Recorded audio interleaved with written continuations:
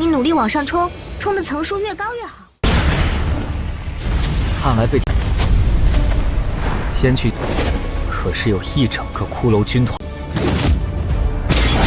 换4只骷髅战士了。保证你升到15级，而且不用你的。Apa kabar semuanya? Kembali lagi dengan review cerita. Kita akanlah melanjutkan untuklah episode selanjutnya dari Necromancer tersebut ya. Kalau begitu langsung saja kita review. Wanita ini memberitahu sejak ia mendapatkan gulungan tersebut, dia terus-terusan dikejar selama 2 hari. Melihat ini ya, Moyu yang khawatir, dia pun berkata bahwa dirinya akanlah otomatis teleportasi jika mengalami luka yang parah. Lalu dia juga berterima kasih kepada Moyu karena telah diselamatkannya dan meminta untuklah makan lagi karena sebagai bayaran untuklah gulungan tersebut. Melihat kondisinya yang sudah mulai pulih, Moyu tidak perlu untuklah khawatir dan memberikannya ubi bakar kembali. Wanita ini juga langsunglah memakannya. Lalu dia bertanya akademi apa yang diinginkan oleh Moyu, karena levelnya yang sekarang sudahlah cukup untuk memilih. Moyu memberitahu kalau dia akanlah masuk ke Akademi Xiajin. Mendengar ini, wanita tersebut berkata, jika masuk ke sana, jangan lupa untuklah mengunjungi Menara Shinsai. Karena jika dia berhasil menantangnya untuk pertama kali, ia bisa mendapatkan hadiah yang berlipat-lipat ganda. Dan akanlah terus meningkat seiring jumlah lapisan yang dilalui olehnya. Jadi ya, seperti Infinite Tower ya. Ia menceritakan semua hal yang ia ketahui tentang akademi tersebut. Dan keesokan harinya, wanita ini terbangun dan kembali meminta ubi bakar. Moyu kembali memberikannya, dan dia terlihat begitu sangatlah senang. Cuma sekelas ubi membuat hati orang senang, keren. Dan akhirnya, mereka pun berpamitan, sembari berkata, jika suatu hari dia akanlah mengajaknya untuk meningkat bersama. Setelah itu, Moyu langsunglah mencoba skill ledakan mayat yang ia dapatkan dari ketiga mayat orang tersebut. Ketika ia diaktifkan, mayat tersebut langsunglah meledak dan meninggalkan bekas yang cukuplah besar. Setelah itu, dia juga melanjutkan perjalanan dan tiba di depan pintu masuk tambang Sakai. Di sana sudah ada banyak sekali orang berkumpul dan mencari party. Moyu pun melihat sebuah sistem di depannya dan terlihat ada 2 tingkatan kesulitan untuklah tambang tersebut. Di saat itu juga ada beberapa orang mulai mengajak Moyu untuklah membentuk party dengannya. Namun ya, dia menolak dan pergi masuk sendirian dengan kesulitan mimpi buruk. Membuat semua orang begitu terkejut-kejut dan tidaklah percaya. Sehingga mereka berusaha mencari informasi tentang dari Moyu. Namun ya, tidak ada hasil sama sekali guys. Di dalam dungeon tersebut, Moyu mulai berburu dan tidak melewatkan satu monster pun. Dan singkatnya, dia berhasil naik ke peringkat 11 dan langsung menaikkan semua skillnya. Serta dia bisa memanggil lebih banyak prajurit tengkorak, namun anehnya, skill peledak mayat masih berada di level 1, membuat dirinya begitu bingung dan berharap kalau Ningyi, si wanita misterius ini, berada di sini untuklah menjelaskannya. Tak lama, dia pun bertemu dengan monster Raja Serigala Putih. Meskipun levelnya lebih besar daripadanya dan pasukannya, jika hanya sendirian, emangnya bisa apa guys?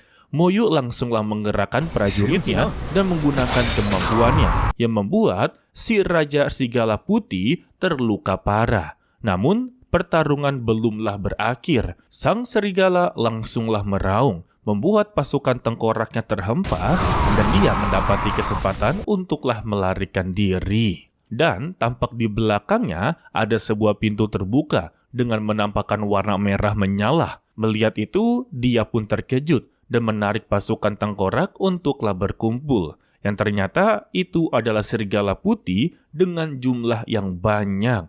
Namun bukannya takut, Moyu malah senang karena baginya ini adalah sebuah panen besar. Dengan cepat ya, pasukan tengkorak menghabisi beberapa serigala putih. Di saat itu juga, Moyu menggunakan kemampuan meledakkan mayat. Alhasil, para serigala putih berhasil ditumbangkan. dan Raja Serigala Putih kembali. Melihat itu, Moyu mengaktifkan kemampuan meledakkan mayat dan membuat mayat di sekitar Raja Serigala langsunglah meledak. Alhasil, Raja Serigala berhasil untuklah dikalahkan.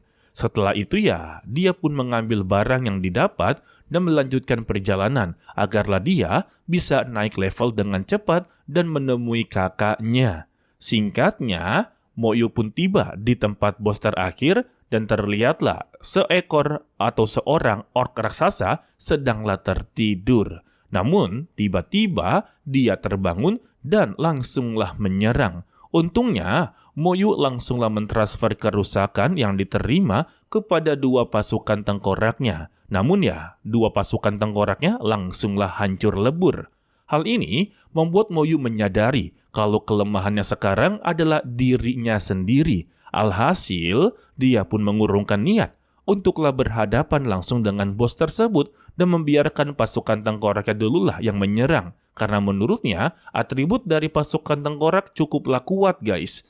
Orc ini langsunglah melompat dan menyebabkan getaran yang begitu hebat, dan dia pun langsunglah menyemburkan api. Moyu yang melihatnya langsung terpikirkan cara untuklah menghentikan kemampuan tersebut. Lalu dia mengeluarkan api jiwa dan berhasil melukainya. Di saat itu juga, dia memerintahkan pasukan tengkoraknya. Alhasil, dia menghabisi orc tersebut dan mencapai level 12. Setelahnya, dia pun mengambil seluruh harta yang berada di sekitar dan juga keluar dari dungeon. Namun, ketika dia telah keluar, sudah banyak sekali orang yang menunggu dan terkejut melihat Moyu berhasil menyelesaikan dungeon sendirian. Namun ya, dia mengabaikannya dan pergi begitu saja, guys. Singkatnya, 12 jam telah berlalu. Moyu kembali bergerak. Akan tetapi di sana terjadinya keributan yang dimana ada guild ravens yang tidaklah mengizinkan orang lain untuk masuk ke dalam. Karena ada ketua mereka yang berada di dalam dungeon.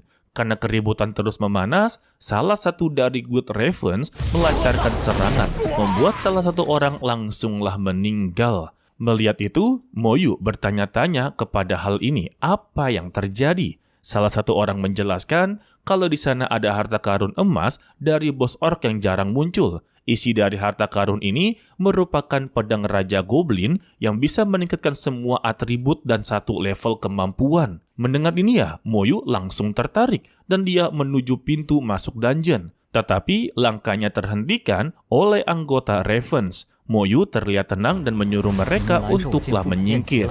Tetapi ya, para anggota guild tidak akan membiarkannya begitu saja. Malah mereka terlihat begitu kesal seakan-akan kalau Moyu ini meremehkannya. Namun di saat itu, anggota Ravens merasakan hawa mengerikan dari tatapan Moyu membuat mereka semua ketakutan. Namun mereka memberanikan diri serta memperingati kepada Moyu dengan membuat sebuah perisai energi. Melihat ini ya, Moyu tahu kalau mereka akanlah melakukan tindakan kekerasan.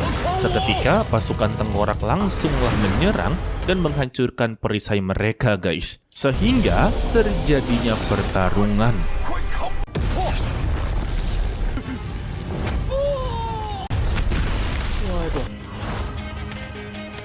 Tidak lama kemudian, ada 4 orang yang keluar dari dungeon yang ternyata itu ketua dan pasukannya dari Guild Ravens. Mereka pun kebingungan karena tidak ada siapapun di sana dan menduga ada yang tidak beres. Sementara itu ya, Moyu telah mengalahkan bos orc dengan cepat.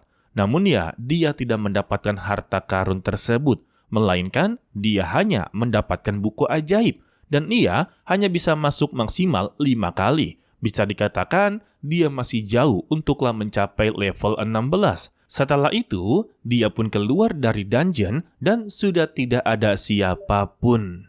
Keesokan harinya, Xiaxue yang sudah level 10 tiba di dungeon ruang bawah tanah. Dan dia terkejut melihat Moyu yang di sana sendirian memasuki dungeon.